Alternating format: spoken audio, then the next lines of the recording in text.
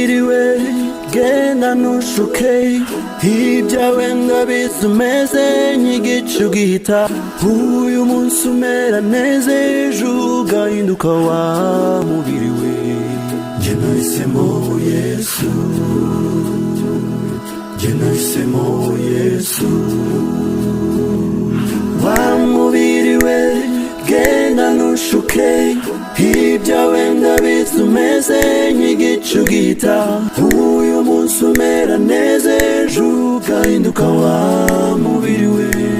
njye nahisemo Yesu hitamo Yesu njye nahisemo Yesu niwe nshuti y'ukuri njye nahisemo Yesu abanyabwenge barabizi ko nta nshuti imeze nkawe njye nahisemo Yesu